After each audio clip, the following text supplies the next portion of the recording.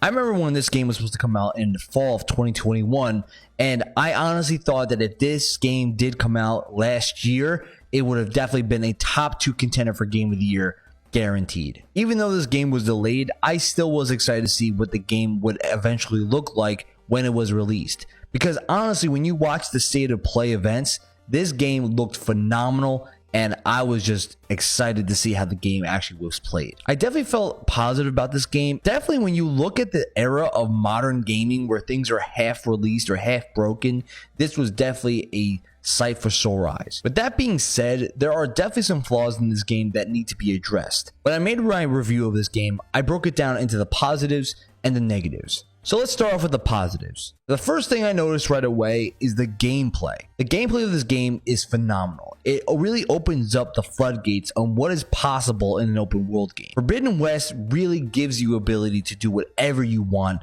in the open world. This game gives you so many different types of weapons you can use. It gives you 8 skill trees that you can customize aloy with, and the movement mechanics are just top notch. What I liked about this game was the fact that it really opened it up so it's more like an Assassin's Creed in a way. Now granted, it doesn't mean you can just jump anywhere you want, but it gives Aloy a lot more movement, and the combat styles are just way more efficient than it was in the previous game. Obviously, facing off against robotic dinosaurs is going to be cool either way, but the fact that they gave you even more different types of them is even better than the previous game. Facing off against all these different dinosaurs basically gives you the ability to pick and choose your method of combating them. And I like the fact that each one has their weaknesses and strengths, and it's really up to you to find the best way to get around that. I mean, when I talk about different types, I mean, you're playing off against elephants, alligators, rhinos, raptors, even pterodactyls. What I like about this game is it took what wasn't broken in Zero Dawn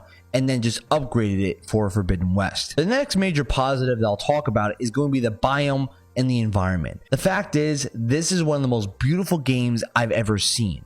Definitely so far on the new generation. When I make my comparison to what this game was like for this generation, I look at The Witcher 3 and what it was for the Xbox One PS4 generation, where that game looked top notch, way better than anything else in its same genre. One of the best parts about the game is that when you're looking at the environments and the grand landscapes, you really get the feeling that, wow, Guerrilla really put a lot of detail into this game. Probably one of the best parts about the environment of this game is that not only is it stunning, but there's literally so much to do here. There's around 15 types of missions that you can complete, whether it's main story missions or side story missions, and it just feels like there's always something to do. And I'm not even mentioning the mini games that are present. Most of the time, the biggest fears that we have in an open world game are basically trying to find a way that we don't feel repetitive in what we do on a daily basis. But Forbidden West not only solves that problem, but they expand upon it where sometimes you feel like you're a little overwhelmed. All in all, I feel like the most hours I've seen in this game that is taken to complete all the missions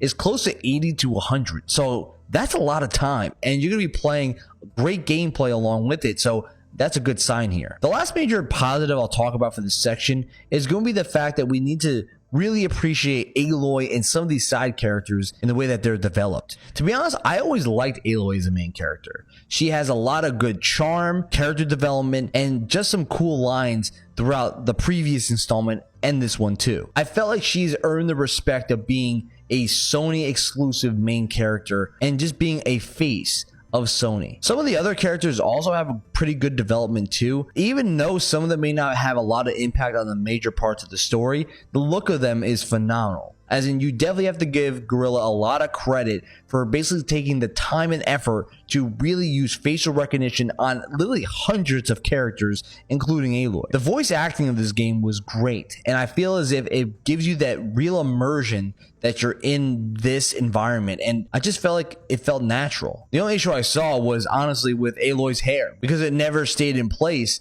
And honestly, I felt like it was just such a weird glitch to see here. Now, with the positives being as good as it is, we definitely need to mention some negatives because there are some flaws in this game that have to be addressed. So let's start off with the story. Generally, when I look at this game, I felt like they were going to try to expand upon the lore from the previous installment and try to give this world even more density than we saw in the previous game. There aren't really a lot of negatives of the story, but there is a major problem with the pacing. But the gameplay being as good as it is, there were actual times that I felt bored. The first half of the game basically was a content review of Zero Dawn's story. Only when you got to meet the new faction did the game really start to get interesting. And it kind of is a pretty bad sign that basically you lose all momentum from the very starting mission to basically have to wait until at least around 10 hours into the game before you get really hooked. And that's something that has to be addressed here. The problem is that not necessarily did you not have fun in the first half,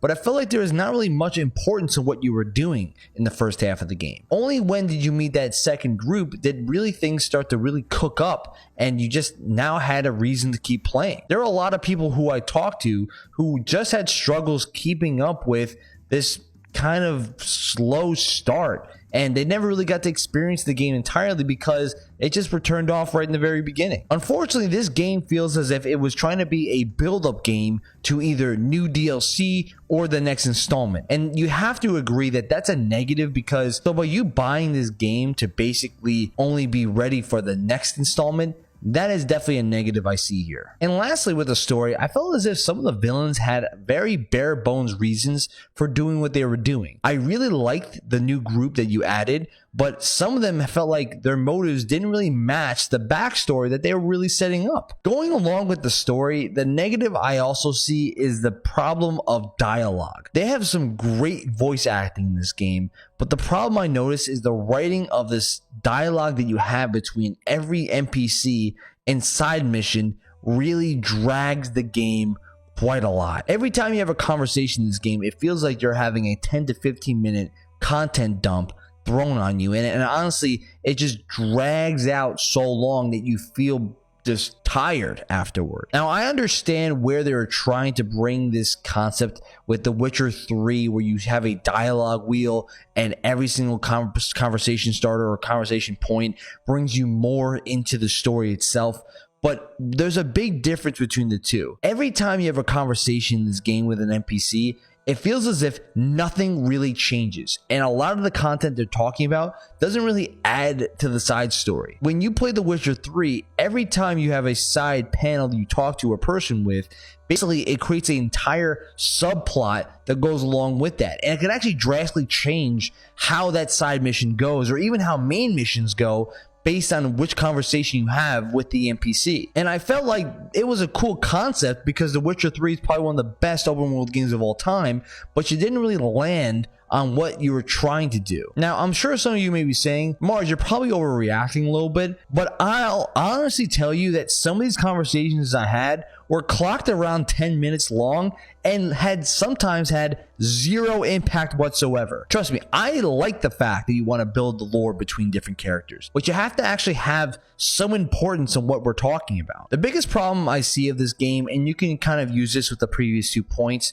is the pacing. Forbidden West was really struggling with the idea of how do you find the happy medium between a lot of content talks and the great gameplay that you developed. Most games I see or play usually have a combination of 30% cutscenes and 70% gameplay. It feels though that Forbidden West fell along the lines of 50% cutscenes and 50% gameplay, and you can really feel that drag on when you're just trying to play the game. What's crazy is this game has top-notch gameplay, but unfortunately, it feels as if a lot of it's dragged down through cutscenes. And I'll give you a perfect example. One of the earlier parts of the game, you're going to be facing off against some rival tribes. The part of the game is really cool. There's a lot of cutscenes that show you fighting against these groups, and basically they're killing each other. The problem is that most of the event itself is cutscenes.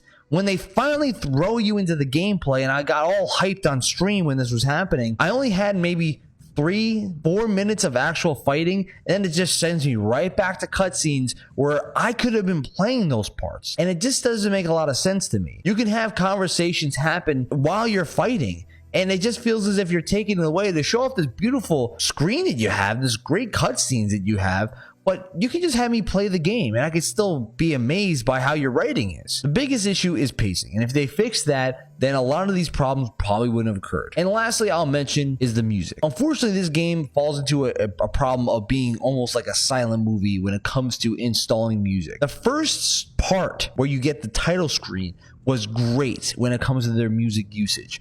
But after that, you really didn't hear much at all of any soundtracks. And if you look at the album itself, there's a lot of things to go with. But it just feels as if they did a poor job at really adding in any songs to really heighten the mood of what you were playing. In my final verdict, I feel as if this game has some great core gameplay, and it's definitely headed in the right direction. The story is pretty solid, and it's going to get you hyped to play the next DLC and next installment, so that's a good sign. This game is also one of the most beautiful games I've ever seen, and it definitely takes the cake for the best looking game on the next gen consoles. With that being said, the game definitely struggles with keeping a lot of the players' attention with this slow developing story. Its pacing issues become pretty evident. Instead of you playing as Aloy, you're just watching Aloy. All around, this game is pretty good. And honestly, I think it's one of the top level open world games we've seen. Granted, I don't think it's a top 10 open world game of all time, but I think it's a great one and I would highly recommend it. For my rating, I'm giving this game a 9 out of 10. It has a lot of bright spots and definitely some negatives. I'm looking forward to the next installment of this game, but if they don't fix the pacing issues and some of the other flaws I mentioned, then the next game will just be a overhyped mess rather than a transcendent open world game. It meets the standards of the previous installment, but in my opinion, I still think Zero Dawn is a better game all around. Is this game a Game of the Year contender? Well, so far, it still meets the list,